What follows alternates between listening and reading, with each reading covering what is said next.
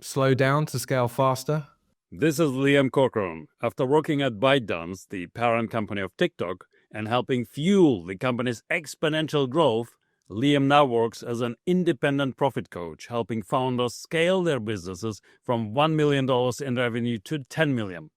In this podcast, Liam shares some of his most surprising, counterintuitive advice for ambitious founders who are ready to break through that tricky $1 million or £1 million revenue ceiling. One of the previous guests on this podcast left a mystery question for you. But before we get to that, I have a few questions of my own. Imagine you're on a long elevator ride with someone and they ask you what you do as a coach. How would you describe the problem you solve and who your coaching is for? I help companies scale typically from around 1 million to around 10 million pounds or dollars within revenue. Sometimes I go to companies, that are pre 1 million, but preferable to work with companies that are 1 million plus. And really what I help them to do is kind of navigate the complexities of growth, understanding, what is their purpose? Why are they in business? What are they trying to achieve? Both personally as well as professionally. I think when I was at ByteDance, for instance, I was part of a team that grew operations during a period of kind of rapid expansion. So it taught me the kind of importance of having a clear vision. And I think sometimes without it, teams can feel like they're working hard, but not really moving the needle. They don't know what their purpose is. They don't know why they're in business. They don't know what they're trying to achieve and what goals they're trying to reach. So really what I try to do is to help the people that I'm coaching kind of define their why and then craft a vision for their business. And then what we do is then translate that vision into actionable plans. So really focusing, one is making sure cash flow, they have a cash flow forecast in the first place, which you'd be surprised that when you actually sit down and talk to many CEOs or founders of their businesses, they don't have a cash flow. And then really to align that cash flow with their goals. So really to then break their strategies down into, say, a 90-day plan. So they're actually starting to execute and work on their business and making sure that things are getting achieved and not being pushed out to the next quarter or the following quarter, and therefore they're wondering why they're not growing, why the business is not moving forward, etc. So that's really what I do as a coach, but also I think is to hold them accountable as well, to make sure they're actually getting done what they want to get done within the business that is helping that business to progress. So really very much like a personal trainer in a gym is really about clarity, is about goal setting, and then about disciplined execution. So ByteDance is a very tech-driven company, right? So I'm curious, what type of companies are you coaching now that are trying to break through that $1 million or £1 million threshold? It's not so much about the type of business. It's about the stage of business that they're at. It doesn't matter if they're in manufacturing, if they're in tech, if they're in data. It's more about the processes, the fundamentals, getting that right within the business. As I spoke about, it's having that kind of 90-day plan, understanding their purpose, breaking their strategies down into achievable goals, getting the right team and the right balance of individuals within their business, and then helping them to really understand the market that they're trying to sell into. Yeah. Are they having enough conversations with the right people? Are they capturing that feedback? How are they feeding that feedback into their business? What are they learning and understanding around where the opportunities are? How can they compete? What does their product do better than other products that are in the market? But also, what are the frustrations in the market? What is the market missing that customers don't have access to right now that they want to have access to? And is there an opportunity for them to be able to develop their product or service further in order to capture more of the market because they have a product that adds value, that there's a need, there's a requirement for that? Fundamentally, all businesses are the same in the processes, the people, the building the right foundations, is then depending on what industry they're in, is then tailoring that to make sure that whatever you're selling or service you're providing into that market actually meets the needs. But not only that, is that it's always evolving with the market as well. so that you're not always playing catch up. You're actually trying to get ahead of the market, and therefore, having a better understanding of where the opportunities are, what the needs are right now, but also where the frustrations are. How do you then start to align your product and service to make sure that you're always winning within the market? Now, coaching often involves helping people break free from limiting beliefs or lies we tell ourselves. So I'm curious, what's a lie you used to believe about growth or success in business? I used to believe that scaling quickly was the ultimate measure of success. The faster you scale, the more successful you are as a business. But I think when, working at ByteDance where growth was exponential, I kind of initially equated speed with winning. But I learned that speed without sustainability kind of creates chaos. I experienced challenges like cultural misalignment, bottlenecks in systems that hadn't scaled as fast as the business. So now what I really do is I emphasize to my clients that healthy growth means, keeping cash flow strong, maintaining a positive team culture, aligning strategy with execution, so that growth isn't just about moving fast, it's about moving in the right direction. And it's making sure that the people are in your business are able to move with your business. So it's making sure that you've got the right people at the right stages within your business. Is making sure that the development of the product can keep up with the growth within the business, but it also making sure that you've got the systems, the processes, and the foundations in place to be able to continue that growth within the organization as well. Because you'll get found out very quickly that as you start to bring customers on board, if you don't have the systems, the peoples, and the processes in place, then you can't service them effectively. Therefore, they don't get a good experience, they don't see value in your product, and therefore your churn starts to become extremely high. So it can be easy to get to 1 million when you're all in chaos, but when you try to grow above that, then all of a sudden you realize, oh, you can't, this chaos scenario doesn't work anymore, right? Yeah, and I think it's always a challenge for founders because sometimes they are working too much in the business. Therefore, they're getting into the weeds. They're not looking at the bigger picture. Now, I know that's an issue because they haven't got the money to hire people before they get past a certain stage. But at the same time, they need to be able to distance themselves from the day-to-day working of the business because they need to be working on what's next. What do we need to have in place once we get past that 1 million? Because, it's fine getting customers on board, and starting to prove the value of your product. You get to understand what their needs and requirements are, and therefore we can start to set up the right systems and processes in place to be able to service them more effectively. But then when you're starting to add more and more customers on board, is then do you have the right people? Do you have the right systems? Can you maintain those companies as customers as you continue to grow? So it's about having that kind of short-term and long-term strategy. Is what do we need right now to be able to sustain and service the business in an effective way, but also having that one eye on the future of what do we need to be putting in place that makes sure that when we go past 1 million and we're getting to 2 or 3 million, that we are hiring at the right time. We're starting to build out our capabilities. The product is evolving. We're able to service our customers more effectively. We're able to prove the value, but at the same time, keeping that one eye on your cash flow to make sure that you're getting the revenue through that you thought you were going to get through at certain periods. You can then start to make proper investments into product, people, processes, so that actually the business grows alongside your revenue.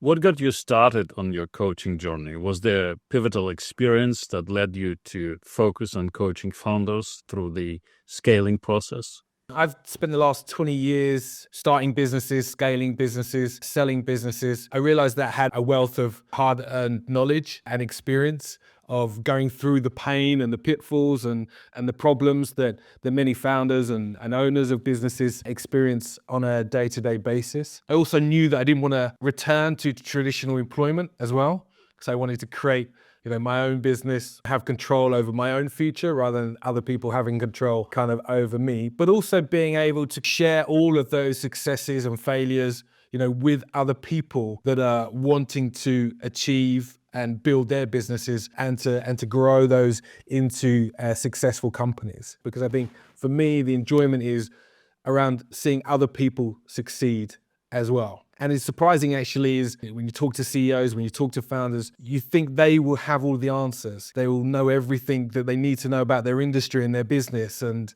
they can see all of the blind spots. But actually, when you start to have, conversations with founders and CEO of companies, you realize that there's some real gaps, not only just in their knowledge, but also in their processes, but also in their behaviors within the business as well. So again, when you go back to that kind of example of being a gym instructor, it's kind of stripping that all back and then building it back up and making sure that, they're constantly working on the business and they have the right tools, processes, people in that are helping them to move forward and moving forward sustainably as a business as well.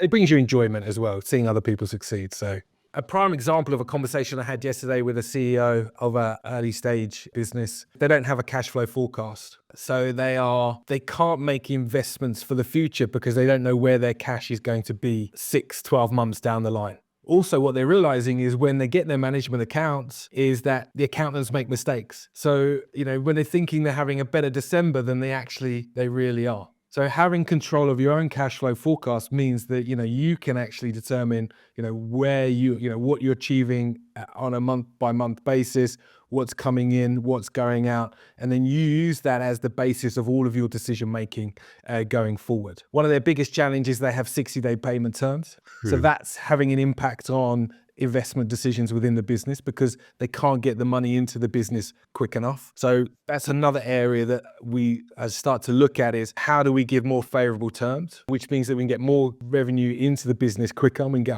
our bills paid. And actually for this particular client, 80% of their revenue is coming from one particular customer, which again is not sustainable. That also is that's 80% of the revenue is a custom project. So therefore it's not scalable. So therefore, how do we start to look at how do we package up their products and try and find the right audiences, the right types of individuals that want to buy this product packaged up, so that we can get that kind of repeatable, consistent revenue coming through the business. To do that, you need to then go and have conversations. Are they talking enough to the people that they want to sell this so they can package the product up in a valuable way that means that people want to buy it? They're having lots of conversations around, opening doors, but they're not closing. And it's about identifying how are they spending their time effectively with the right people. So how do they identify people who are in the market to buy versus people who are in the market to improve their knowledge, keep their learning and understanding of the market, but actually have no intention to buy your product. So there's two types of people. Is ones that will always invite you in for a meeting because they want to keep understanding who's in the market, what other products are there. They want to, build their knowledge, but they're never going to purchase, versus the ones that actually have a real need and demand for your product. So how do you get ruthless and start to really identify the people and spend your time with the people that want to buy versus the people who want to learn from you? And I think that's also a critical step for early stage founders as well, because you think there's an opportunity, but there wasn't never opportunity in the first place. So it is about being a bit, ruthless with your time and trying to identify the right people, and then talking to see about how do you do that. So one is, putting questions out there and saying, knowing what the needs and the frustrations are, and saying to them, if I could deliver, if I could deliver this to you and add this, which could deliver X, would that be worth 30 minutes of your time as a meeting? And if they come back and say yes, then, fantastic. You've got an open door to be able to have that conversation with them. But people don't have much time. So it's asking questions of, could this do X, Y, and Z for you in your business? If so, is it worth a conversation? You're not trying to sell your product. It's trying to identify, is there a real need and opportunity? Will this add value? And therefore, is it worth a conversation? If it is, okay, let's have more of those. Because if that's where the opportunities are, can we close more of those because someone's shown a real interest and a need for your product? The other thing that I find is that they have to-do lists. So we kind of try and change that into do lists, because it's things that you need to do. So if you're going to scale, you need to execute extremely well. And it's all about execution. It's not about ideas. It's not about, oh, I want to do this. I mean to do this. I'm going to do this. It's about, let's get it done. identifying what the real needs are within the business, what needs to get done right now, and it's about getting it done, and it's about holding people accountable to make sure that these things are getting done. Because as you start to move through solving problems, removing bottlenecks, putting things in place, you actually start to see that progression within the business. You start to see it moving forward, and then you can move on to the next challenge, and then the next challenge. And actually, when you look back over the past 12 months, you see that the business has started to come a long way, and hopefully the revenue has started to come with it. Talk to me a bit more about this. To-do lists versus do lists. What's going on there? Is the do list the do now list? Explain. Yeah, so the do list is the do now, and actually setting, so scaling that down into your 90-day plan. So what do you want to achieve in the 90 days? What are the critical things that the business has to get done in order to be able to move to that next stage? So what are the key priorities? So if you've got 3 priorities over the next 3 months, what are those 3 priorities? And actually getting them to break those down into kind of subtasks. It's about delegating that to the right people within the organizations, about setting deadlines, realistic deadlines, not unachievable deadlines, because we want people to succeed. We don't want people to fail. So we want to give them something that actually means that people see progression. We're moving forward. People are feeling successful. And then it's about, so every 2 weeks, I sit down with the founders, the CEOs, and say, right, where are we on your do list? Because you've set these dates, have these got done? What is left to do? And making sure that everything that we said we were going to do within that 90 days gets achieved within 90 days. And then we set for the next 90 days. Okay, now we've done that. What are the next priorities? A lot of company owners focus on the outcome, which is great, but how are you going to achieve that outcome? So you have to kind of work it back into what are the achievable things that I need to get done, and when do they need to get done by in order for me to achieve that outcome. It becomes much more manageable, it becomes much more achievable, and everyone can buy into it and actually start to feel like they're moving the needle. I think that accountability part is also super important for so many founders who hit that stage, 1 million stage, right? I go back to the gym analogy as well, is that I want to go to the gym every day. But unless there's someone at the gym who, you're turning up for, you can easily put that off. I don't feel like going to the gym today, or I was meant to go to the gym, but I didn't make it. But if someone's there waiting for you and you know that you have to be there by a certain time, you turn up. So I think that's the same thing for businesses as well, is, you can have this to-do list, but there's always a reason why you didn't get that done, or there wasn't, or something more importantly came in, which meant that you had to push that to one side. So this is about that accountability piece, knowing that you have to get it done, knowing that you're going to have to turn up on a call and say why you didn't get that done, or what is preventing you from getting, achieving that specific task that you need to do, which is fundamental to actually moving your business forward. So I think that's where it works extremely well from a coaching perspective into a kind of CEO. And I know some people don't like it, but you'll certainly see the benefit off the back of it. What's a seemingly trivial decision in your career that ended up having a big impact on your approach to coaching and helping businesses scale? One of the things was actually early in my career is deciding to hire a business mentor. So having someone that you can use as a sounding board, someone that you can run your ideas off. I think at the time it kind of felt like a luxury. It was almost kind of indulgent, but it actually turned out for me to be kind of transformative. It transformed me into a better leader. Having that someone that would kind of challenge my thinking, provide an external perspective, open my eyes to blind spots that I didn't even know that I had, but also to provide that knowledge and experience based on their own experiences of the mentor that I had at the time was really, helping me to kind of navigate kind of complex market entry strategies. So knowing that they had taken businesses into other external markets outside of their own home market and providing advice on how best to approach that situation. Which then kind of helps then to prevent kind of costly missteps, but also helping you to focus and to prioritize on what's important as you start to enter new markets. What do you need to have in place?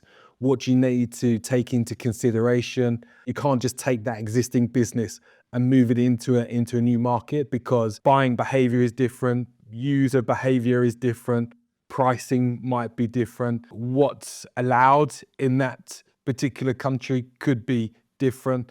So you almost have to start the business again from scratch. Obviously you have, the fundamentals, but then how do you adapt it? How do you align it? How do you make it relevant for the market that you're trying to take it into? And then how do you bring the right knowledge, experience, and expertise into the business that can build relationships quickly, and start to understand where the opportunities are, and have that and get them to execute really fast because they have knowledge and understanding of that market. And then you can push everything in behind that from a business perspective, but also align it and tailor it based on the needs and the requirements and the behaviors that happen within that market. So I think, it might seem like there is a cost involved, but because it gives you that perspective, because it provides you or helps you identify what the potential pitfalls are, and it enables you to be able to make fewer mistakes and have a bigger impact than go in a little blind, then make more mistakes, having to then overcome those mistakes. So I think that was, it was trivial, but it certainly was extremely helpful to me. Yeah, blind spots are expensive. Yeah. If you could sum up your coaching philosophy in just a few words, especially around business growth and scalability, what would it be? I think first of all, it's kind of growth through clarity. It's getting clear on your purpose, your why. What are you trying to achieve? When do you want to achieve it by? Because once you have that, you can then align everyone around the purpose and the goals and the objectives that you're trying to achieve as the business. And then I think it's around the execution piece. Once you've got the vision, you've got the people, okay, this is how we're going to do it. So really through clarity, alignment, and intentionality, really. What's a common misconception about scaling a business that you wish more founders understood? One common misconception is that scaling is just about adding more clients, adding more people, more products. There's some companies out there that just have a single product, but they have a single product that performs extremely well. It's not just about adding more products into the market, which sometimes can dilute your business, can dilute your brand, and people might not recognize you because you've got multiple products within the market. Scaling is really about refining what you already have. So how do you ensure that your products or service meet real market needs, that it evolves with the market, and that you're offering undeniable value? So I think it's constantly about fine-tuning what you already have. How do you look at being more efficient, more effective? How do you constantly improve? Look for those kind of marginal gains. One of the fundamental things in business is around customer retention. So how do you retain customers? And how do you grow the revenue from your customers over time? Sometimes you've got a product that is extremely valuable, but obviously as the market starts to evolve, you might need to bolt on additional elements to that product that then retains that customer. So how do you evolve that product to make sure that it constantly meet the needs of the market and your customers? How do you keep providing outstanding customer experience? Because the people that have a great experience, they're more likely to stay with you longer. Sometimes you can grow your revenue extremely fast by having or providing that great customer experience. And you don't need to be adding more people or more products into the market. You can get more efficient and effective in servicing your clients in an effective way just by having the right people within the business. But also is about how do you add value and keep improving your product, which people know you for. When you start working with a founder who is struggling to scale effectively, what are the biggest obstacles you notice that they need to overcome? I think fundamentally it is that they are working in the business rather than on the business. But it's hard, and I understand that because they might not have the people in the business to be able to delegate, or they feel that it's faster if they just get it done rather than somebody else getting it done, that they get stuck working in the business. And therefore, they're not looking, what does the business need to achieve in the next 6 months, 12 months, 24 months?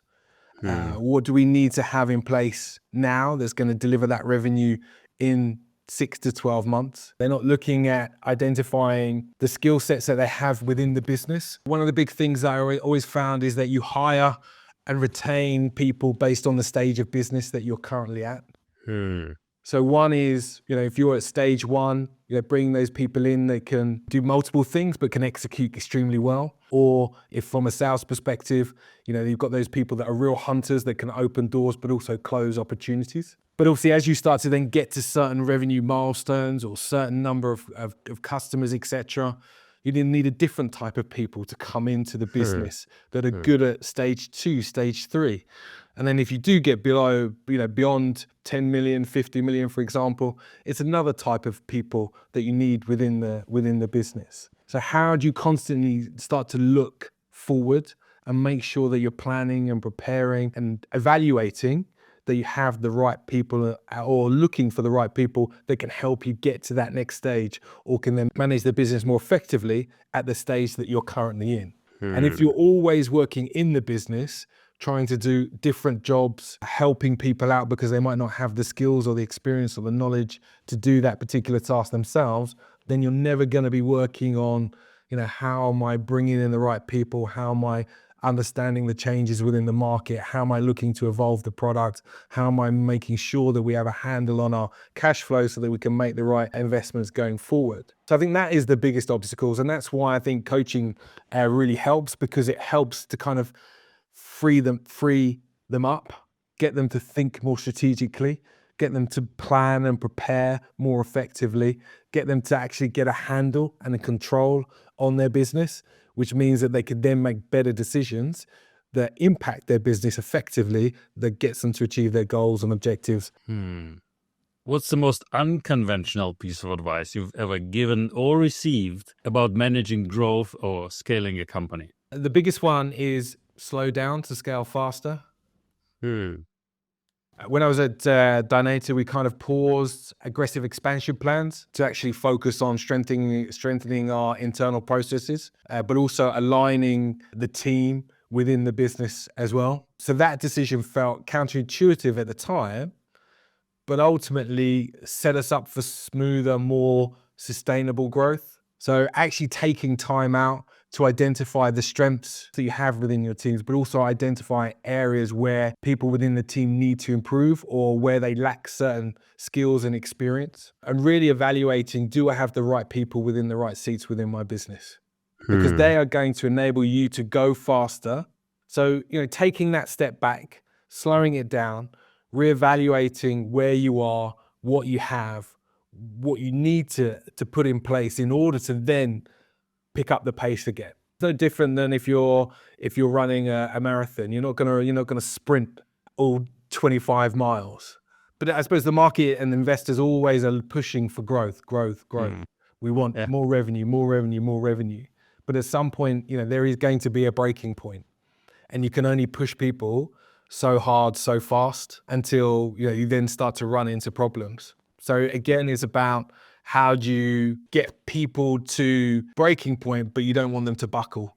How do you resolve that conflict where on the one hand you have investors breathing down your neck, and on the other hand you need to slow down to reevaluate things? How do you resolve this tension? From an investor perspective, it's understanding what is important to them. What are they trying to achieve by investing in this business? Do they want a quick return, and therefore they want money at any cost? Or are they looking to build a long-term sustainable business that actually gives them higher returns in the long term than in the short term? Because you can push people as hard as you want to push them, and you can keep replacing people and keep bringing new people into the business. But do you have a long-term sustainable business if you start to implement those practices? So I think this is where CEOs, founders, they have to kind of lead their investors and not be led by them. Interesting. Here's a fun question. If you were an animal, which animal would you be? Or put another way, what's your spirit animal when it comes to helping businesses break through growth plateaus? My birth sign is Scorpio, so I always say Scorpion. You're mighty, you're focused, you're strategic. You know when to wait, when to act, and how to kind of strike with precision. And you've got a bit of a sting in your tail as well. So Yeah. What's a question you wish more clients asked you about navigating the growth phase of a business or about preparing their business for new markets? One is, how do they know if their team is ready for the next stage of growth? So, like I was talking about previously, is do you have the right people for the next stage of growth in your business? I think that's where people have to start to build up that whole identifying the right people in the right seats and critically evaluating the skill sets and the experience, but also, do they want to move on to that next stage as well? I think it's about having that open and honest conversation. Not everyone does. People have their sweet spots, and they love that 0 to 1, or they love that 1 to 5 million, but they don't want to be the 10 to 50 million person. They don't want to be in that organization, and that's fine as well. Some people want to be challenged. Some people might want to go through that experience. Other people might turn around and say, it's not for me. I'm going to go and look for some other opportunity where I know that I can make a real impact, but I can't do it from, say, 5 to 10 million, for example. And this is one of the major blind spots among founders as well, right? Thinking that the people that got you to a certain level are the same people that are suitable to grow, to scale further. Yeah. When I went into ByteDance, for example, the hiring policy at that time was to hire people from other big tech companies. So bringing people in from Salesforce or from LinkedIn. They were used to being in an organization which had a brand name, that had loads of leads coming into the business, which they could convert really easily. They didn't really have to convince people that there was a real need to want to buy that product, that had no systems or processes in place. So they found it really challenging, coming into an environment when you have to create certain procedures and processes, where you have to build trust and credibility before you can sell a product, where the product might not be 100% ready and you have no case studies or no feedback that you can provide them on use cases, for example, that you have to go out and find your opportunities rather than your opportunities coming to you. It's great having people from big name companies, lots of experience, thinking they can do the job. But if they're not the right fit for the right stage, then you're going to run into problems. And then you're having difficult conversations, having to replace those people or them leaving because they realize themselves that actually, I'm not comfortable in this environment. This is not, my skill set doesn't even suit this stage of growth. So don't always think the big names are going to give you, that kind of big opportunity and that, help you to get to that stage from, say, 1 to 5, for example. That's a big one, right? Founders thinking that they need to emulate some big name company, whereas they're in a completely different situation. Yeah. But also, I've had salespeople as well in the past that are great from 0 to 1 or 0 to 5. But then obviously as the business starts to change, your commission structure, the way you can reward people changes. And they don't want to be part of that. They don't want a different commission plan. They like the commission plan they're on because it rewarded them for customer acquisition. Now we're looking to try and add profitability to these products and make, improve margins within the business. Therefore, the commission plans change. And they're like, that's not for me. So they want to go back and find another company that's going 0-1 so they can get their 20% of every deal value they bring in rather than, getting, 5% over target they hit over a period of 12 months. So it's like trying to find the right fit and trying to, put the different pieces together, within the puzzle that make sure that, again, right people, right time, right place for your business. All right, it's time for the mystery question left by one of the previous guests for you. What's the biggest dream you have that scares the shit out of you? The biggest dream that I have, what I'm trying to do at the moment, I'm trying to do multiple different things at the same time, which I would never advise other people to do, but I'm trying to do it myself. So one is, not only do I help coach founders, I've also launched an e-commerce business as well. And at the same time, me and my business partner are acquiring businesses. So that scares the life out of me because in some businesses we can work on it, others we have to work in it. So sometimes you're going against your own advice, but that to get it off the ground and to get it started, you have to be working in it until you can bring the right people in it. That means that you can kind of step away from it.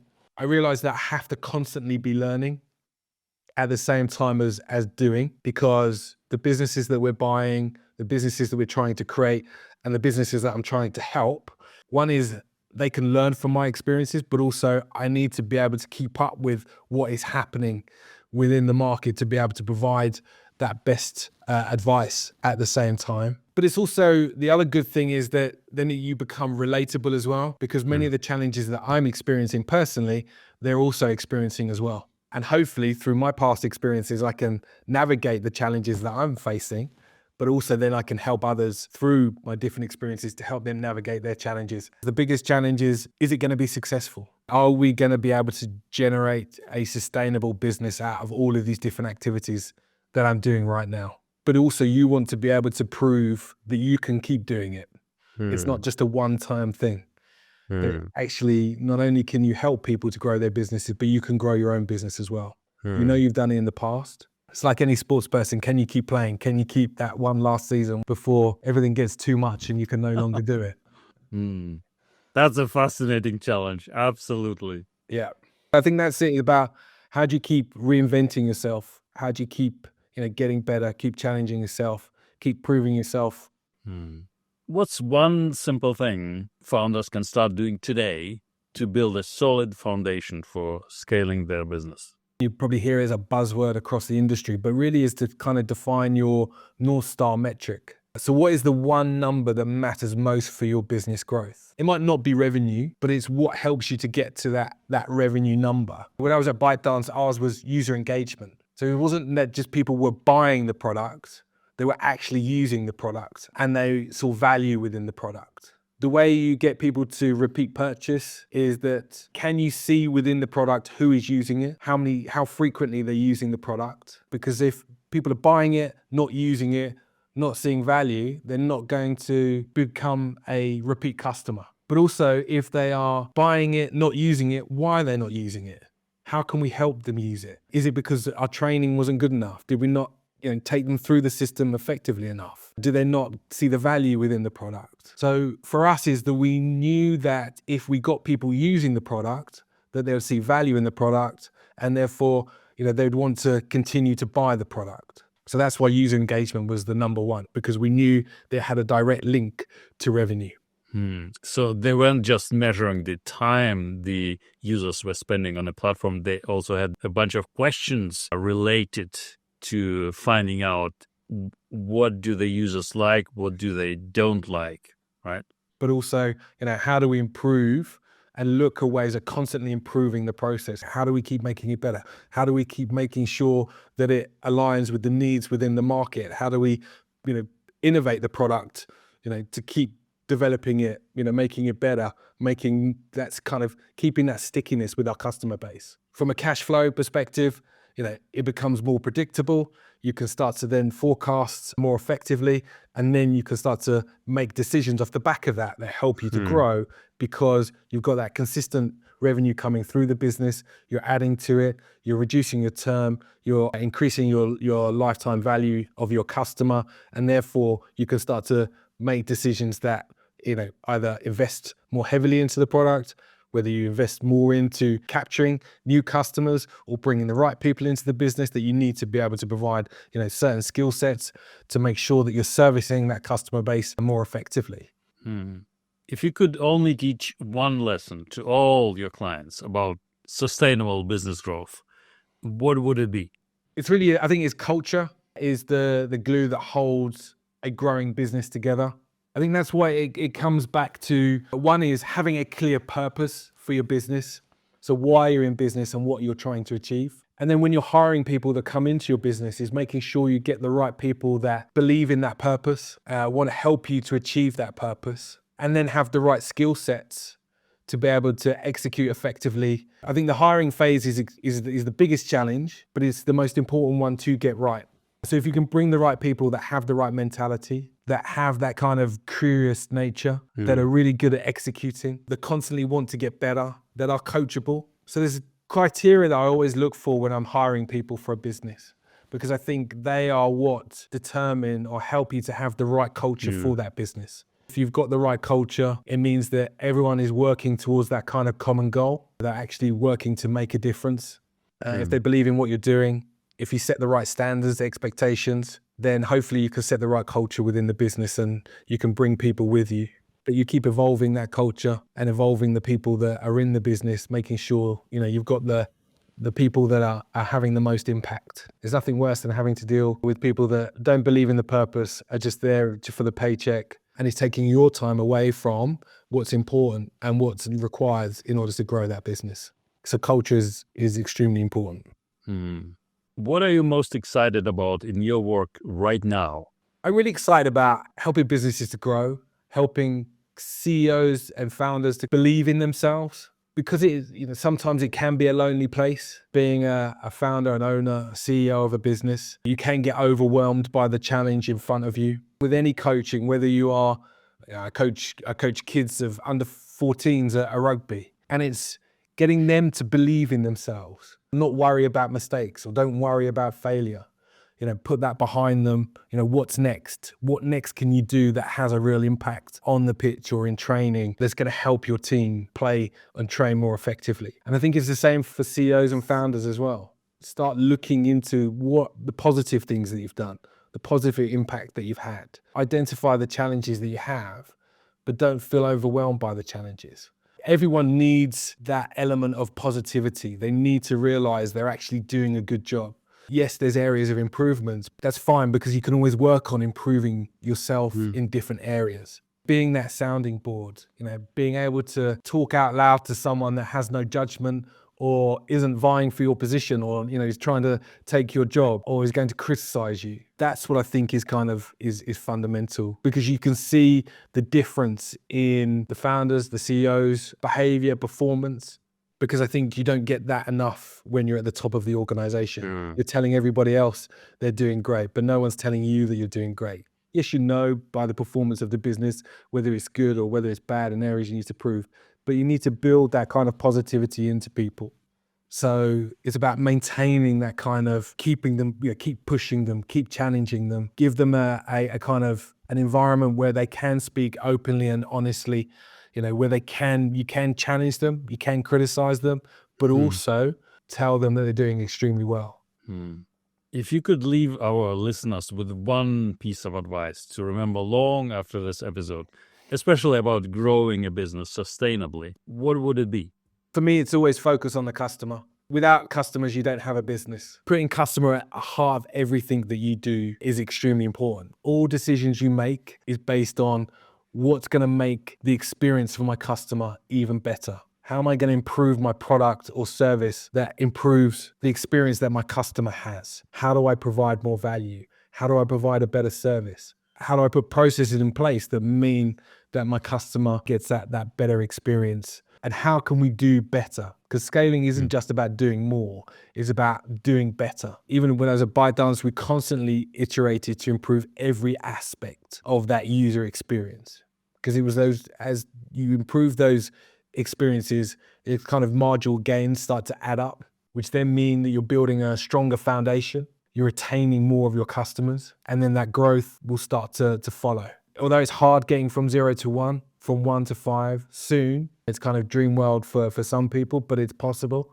Is even getting up to $20 million in revenue starts to become more achievable, because those little marginal gains start adding up, and therefore you're bringing on more customers, retaining more customers, growing your customers, and therefore that revenue and that growth within the business starts to make an impact. Now I'm curious to hear your mystery question for the next guest. So without knowing who will be the next guest on this podcast, what question would you want them to answer? The question I have is, what's one mistake you see leaders make during growth transitions, and how would you help them overcome it? Interesting. I'm looking forward to hearing the answer to that question in the next podcast. Liam, thank you so much for sharing your insights with us today. I hope our listeners and viewers like and share this episode and join us next time on the Top Coaching Leaders podcast.